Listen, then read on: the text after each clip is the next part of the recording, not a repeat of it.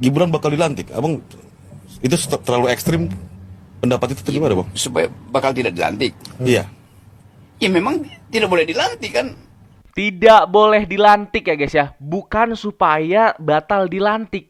Nggak boleh dilantik guys. Halo para manusia, kembali lagi di channel 2 Kaki. Welcome back to with me. Apa kabar semuanya? Semoga sehat selalu, mudah rezeki, panjang umur, panjang anu ini dan itu guys. Seperti biasa, hari ini selalu semangat kalau untuk ngebahas politik. Lagi-lagi soal wapres. Lagi-lagi dan lagi soal wapres guys.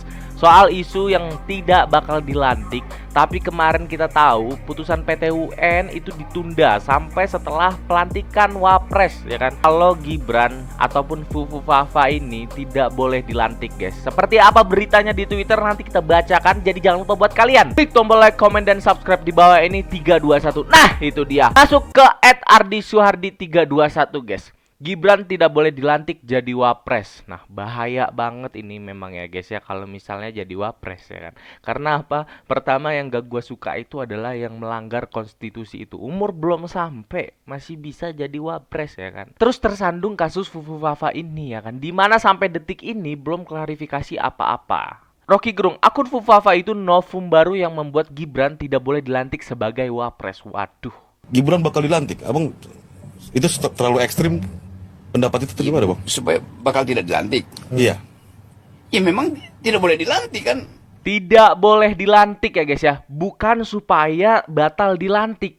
Nggak boleh dilantik guys. Karena kita lihat di sini lagi-lagi tersandung kasus Fufu Fafa yang kemarin guys. Kita liatin komennya guys. Batalkan pelantikan Gibran jadi cuma Wowo yang dilantik. Nggak bisa juga. Presiden itu harus ada wakil presidennya. Gua nggak tahu nanti prosesnya kayak gimana. Kalau misalnya Gibran batal dilantik, apakah Prabowo bisa memilih sesuka hati untuk memilih calon wakil presiden yang baru atau dipilih secara demokrasi lagi ya? Dalam hal pergulatan politik ini mungkin sedang mencari korban menyasar pada orang fanatik berbuat di luar peri kemanusiaan. Dalam banget kata-katanya ya. Benci itu boleh-boleh saja, tapi kok ya sampai cara berpikir, logat bicara dipenuhi kebencian. Gayanya makin modern intelektual, namun sebagai manusia tetap saja primitif. Gua nggak tahu dia kritik siapa nih, kritik Rocky Gerung atau kritik Mas Gibran ya kan. Oke lanjut guys, di sini ada @herculep638. Himbauan, kita laporin Gibran ke polisi yuk, supaya tak bisa dilantik jadi wapres.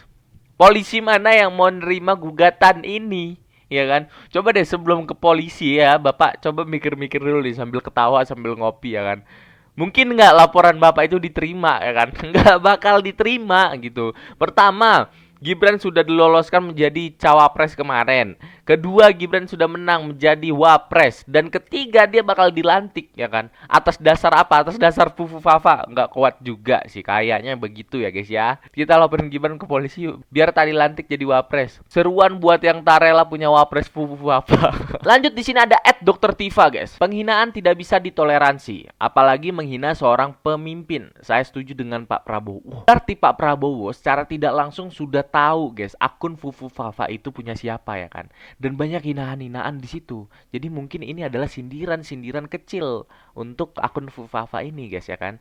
Penghinaan termasuk perbuatan tercela. Tidak ada satupun pejabat yang dibolehkan melakukan perbuatan tercela.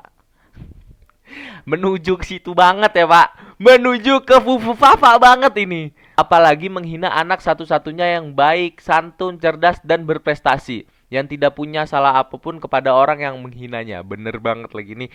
Ini fix sih. Ini mengarah ke akun Fufu Fafa ya guys ya. Gua rasa dia panas dingin ataupun demam kali udah guys, ngelihat Pak Prabowo statement seperti ini ya kan. Ini kita lihat statementnya kayak gimana ya guys ya. Caci maki antara kawan, caci maki dengan pemimpin, caci maki itu saya kira tidak baik. Itu kalian bisa dengarkan guys ya, Pak Prabowo sudah statement seperti itu. Artinya ya kan, dia sudah mengetahui akun Fufu Fafa itu punya siapa, dan siap-siap saja nih ya kan diceng-cengin sama Prabowo. Ini nilai 1 sampai 100 aja itu, sampai kebayang-bayang sampai detik ini gitu kan. Apalagi yang kalau misalnya ngeliat tweet dari Fufu Fafa si tolol ini anjir, aneh-aneh banget Twitternya. Oke lanjut, di sini ada @denismalhotra. Jadi clear ya, sudah ada yang lebih menyakitkan dari dinilai 11 sampai 100, dan hampir bisa dipastikan cepat atau lambat ini akan ditindak tegas. Dari apa yang disampaikan di bawah, tampak Prabowo punya perhitungan sendiri alias ini hanya soal waktu. Gua tuh pengen kebayang banget ya kalau si awkward dan seaneh apa nih kalau Gibran ketemu sama Prabowo, terus beneran kalau Fufafa itu punya dia gitu kan. Gua kebayang lucu banget. Mampus lu Gibran jelek. Gibran, lihat lu Gibran, lihat itu akhirnya ketahuan kelakuan lu dulu kan Gibran. Semoga beneran ketahuan. Gua nggak berharap ketahuan sih. Tapi semoga Pak Prabowo itu tahu ya kan, bener-bener sadar kalau Fufafa itu punya siapa. Kalau nyindir semacam ini lebih dari 2-3 kali, berarti rasa sakit hati nilai 11 udah turun peringkat. Peringkat pertama pasti soal Fufafa. Pantes kegeser si angka 11 aja, gila komen Fufafa.